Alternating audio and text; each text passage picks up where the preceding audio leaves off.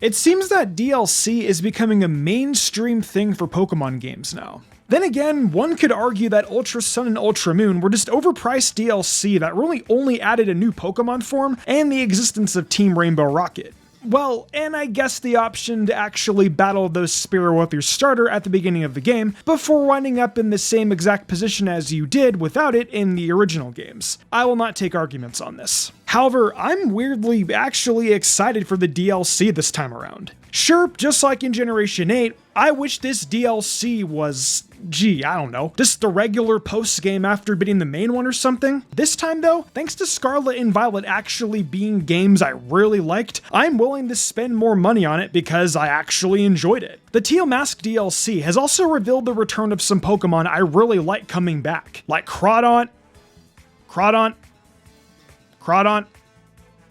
Well, and I guess there are some really neat Pokemon too. But I'm here so I can finally use Choice Band Adaptability Knockoff again for old time's sake. There are new legendaries too, which should also be pretty neat, but Crawdaunt, once again, it's awesome.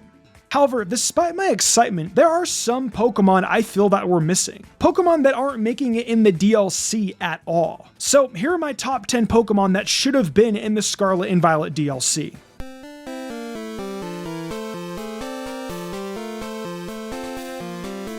This is probably the most petty thing on the list, but real talk, where's Yamper? What if I don't want to leave the Corgi back in Galar, huh? This is not a Boltund segment, because while I have grown to like Boltund, this is entirely a Yamper-oriented segment. For you see, I wish to walk around with Yamper out of the Pokeball, so I can take it on leisurely strolls throughout the Paldea region. I want to take Yamper around and show it the sights, with all the cool landmarks throughout the place, and I want to walk it through forests. I want to let my dog go and play with the wild Pokemon, assuming they aren't violent. If they are, I made sure to have a walking wake on deck to spray them with the meanest hydro steams imaginable. For you see, it isn't about actually using it in battle, it's about the principle of having it. I think Yamper's 3D model out and walking around with it, without being restricted to the Sword and Shield DLC, would just be nice. Can anyone really blame me for that? Alright, I'm not gonna hold you, nor will I sugarcoat it. Where in the hell's Machamp? Sure, don't get me wrong, the bro is a lower tier hero at best. That's for absolute certainty. However, I firmly believe that Machamp has a place in Scarlet and Violet. I think it's a Pokemon that could really make good use of Terastallization in a way no other Pokemon can. What do you mean by that? Well, it has an incredibly high physical attacking stat, access to No Guard, and the move Dynamic Punch. This was never about being optimal, this was about using Terastallized fighting to swing an even harder Dynamic Punch at an opponent who isn't expecting it. Of course, if you want something more traditional, there's the Gut set. I just think with Terastallization combined with the attacking stats and the many coverage options it gets, that it could be interesting to at least try out in lower tiers. Well, why not higher tiers? Well, I don't know, you tell me. Here's this Iron Valiant that would kindly like to be the best fighting type in the tier, and so far it has been on a consistent basis. Sadly, unless Machamp comes back and Game Freak gives it some super buffs, the Mon is not Iron Valiant, but he is a champ in the people's hearts.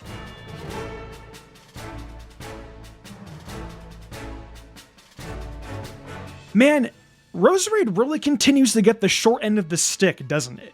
You'd think they would have put it back in, given that it was in Legends Arceus. But for some reason, Game Freak has decided against this, despite the fact that Roseraid is awesome. With that said, if it did come back, I wouldn't see it having much of an impact on the metagame, because there are just Pokemon that do what it does better. And Terra Blast is just worse hidden power for it, since its hidden powers were buffed by Technician, which in turn made them very useful. We've talked about Roseraid before on this channel, so we know what it does. With that said, I am primarily confused about the fact that it's not coming back on the basis that, last I checked, people really like Roseraid. Not to mention the fact that this looks like a Pokemon that would fit right at home in Paldea to me. I don't know, I just think it's strange that it's not around.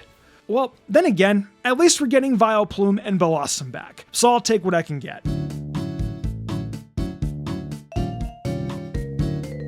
Alright, I'm a hyper-offensive type of guy. I promise. However, I need to be somewhat impartial because something just isn't sitting right with me. Therathorne isn't in the game at all. This decision sticks out to me. And I know this is what you're gonna say, but Mystic, no one wants to be living in a game with Therathorne in it forever, dude.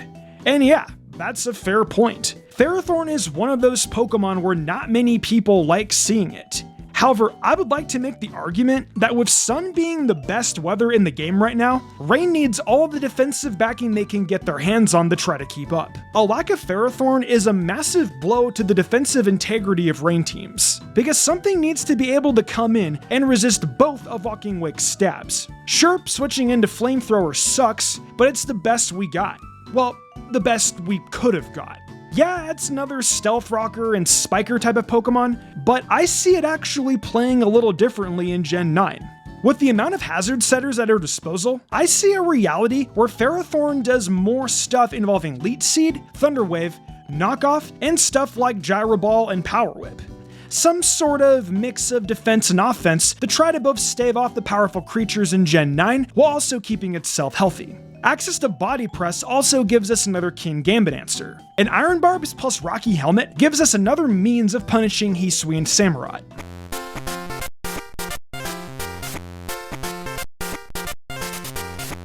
You see, for one reason or another, I simply like to believe that Game Freak is afraid of Diggersby. Now, why could that be?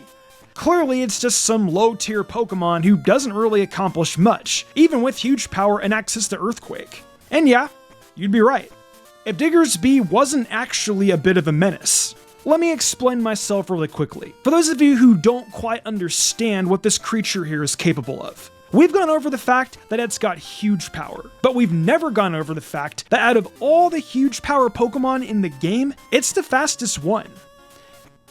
Alright, that's a fair statement, Metacham. You are a little stronger and you are a little faster, but you're lacking the true est essential. For you see, Diggersby is the only huge power Pokemon in the game with access to U-Turn. The current Gen 9 ladder has a lot of dark types in it. So imagine, if you would, huge power boosted U-turns being used as an offensive pivot. It's the only Pokemon in the universe that can fill that niche, and it would be more effective than ever before, so long as you don't get outsped by the Hisui and Samurott waiting to use Razor Shell on you. But access to Stab Earthquake, Gunk Shot, and Ice Punch can definitely show the metagame a thing or two about being an amazing choice for a Pokemon, in case just pivoting out isn't your style.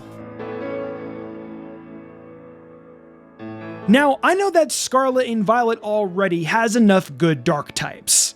That's for sure. However, that isn't gonna stop me, a certified dark type enthusiast, from slapping a Pokemon on this list that deserves to be here.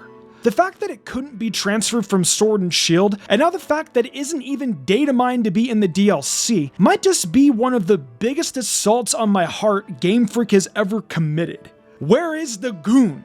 My man Gene Simmons, my favorite Pokemon to go to rock concerts with, because we have drinks, jam out together, and overall just have a good time. Not only that, but if I get into a fight with some Jambroni who tells me that I'm ugly, but I'm clearly handsome, I know that Obstagoon is gonna have my back.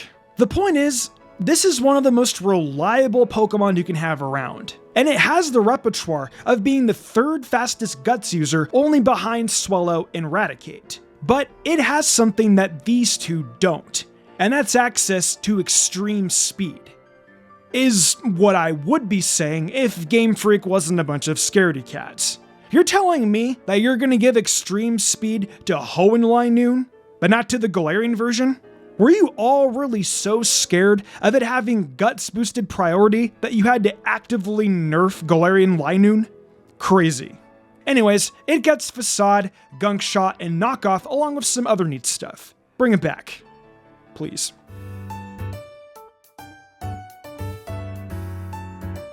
Alright, I'm not even gonna remotely beat around the bush here. There are a lot of really good, solid, min-maxed out threats to the metagame in Scarlet and Violet. A lot of Pokemon that just push the edge in terms of just how insane a Pokemon can get with the stats. I want to go back to something in between. Something with a nice solid set of base 100s across the board. And then Tail Glow.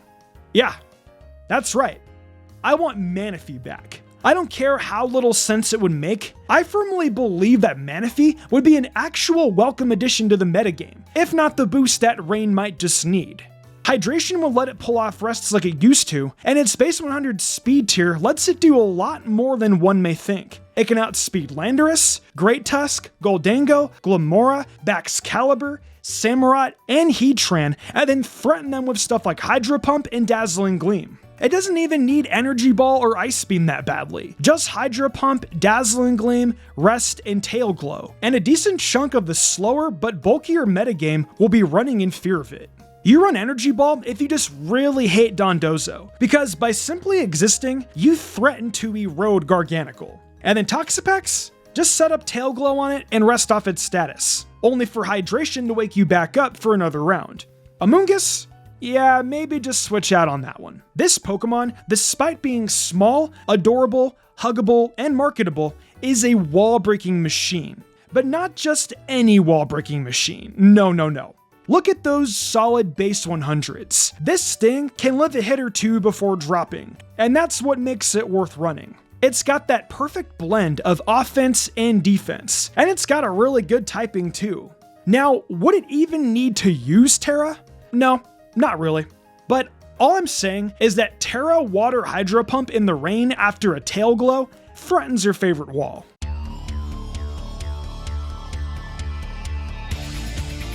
I'm gonna be completely honest here. Despite all the things I've had to say up to this point about certain Pokemon, there is one Pokemon I think should be coming back. And the fact that it's not here kind of makes me sad. You see, despite how very debatably broken it is, I have always been a pretty big fan of Melmetal. Yeah, it's unfair due to its natural bulk, excellent type, and hard-hitting power. And something like access to Terastallization Steel would probably push it over the edge in terms of viability. However, I would be completely welcoming of Melmetal. It's a big, funny Pokemon with giant fists, not to mention the fact that I'm a big offense type of guy, despite my love of Umbreon. So having something that can come in and use Double Iron Bash and Garganacl and do a massive chunk of damage to it, and then pack Thunder Punch for a potential Terra Water just to enforce that the fact that it isn't safe, yeah, that's something I want now. Honestly, I think enough Pokemon like Low-Kick Kingambit, Great Tusk, Zamazenta, and Dondozo exist to be able to keep the creature in check. Much less Moltres and Zapdos, who Melmetal feels a little uncomfortable getting close to. And debatably, Landorus' ability to prevent it from switching in safely. However, Ice Punch makes it go both ways. I just want to see what it would add to the Gen 9 metagame, because I'm a bit of an agent of chaos, and I want to see Ursaluna and Melmetal team up to be the greatest Trick Room duo of all time.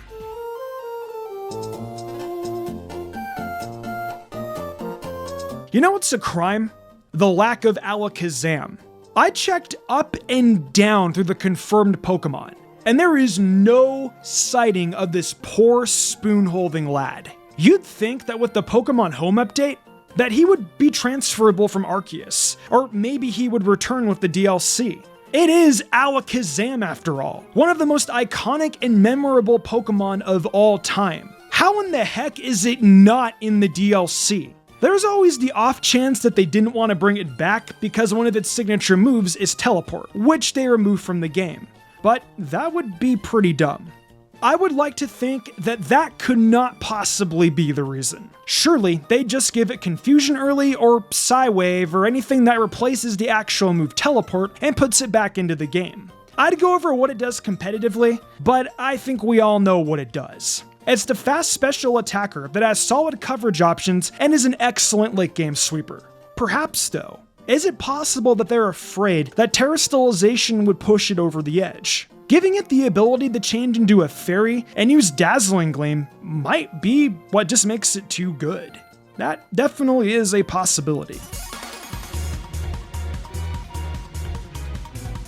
So it occurred to me, as I was looking through the Pokemon returning in the DLC, going back and forth throughout it a billion times, just so I can make sure who's coming back and who's not, and a certain group of extraterrestrial creatures seem to be missing from the list. Now, this didn't surprise me, nor did I care too much about it at first. But then it occurred to me that what in the actual hell was the point of giving me the Beast Ball for Dex completion and then not even bringing back the Ultra Beasts? Like, if you're gonna give me the Beast Ball, don't make it some cute reference. Don't tease me and make me think that Ultra Beasts are gonna pop up somehow through some convoluted manner when they really aren't. I want to see whether or not Naganadel is ban-worthy for the 3rd straight OU generation in a row. Let me see Pheromosa get quick banned, and please let me kindly reunite with Xurkitree. I love Xurkitree. It's so freaking awesome, and I want to see it again. But instead, all I have is this worthless Pokeball in my hand that has no effect on anything. Buzzwole is the Buzz Gold, dammit, and my goal is to yell about the Ultra Beasts until they come back. Even if it does mean that Kartana is a presence in the competitive meta again. And that's what I got. If I happen to be wrong about any of these and they are coming back, then I need to get better sources of information. But you know how it is. With that said, what Pokemon do you want to see in Scarlet and Violet since they may not be appearing in the DLC? Let me know your thoughts in the comment section below.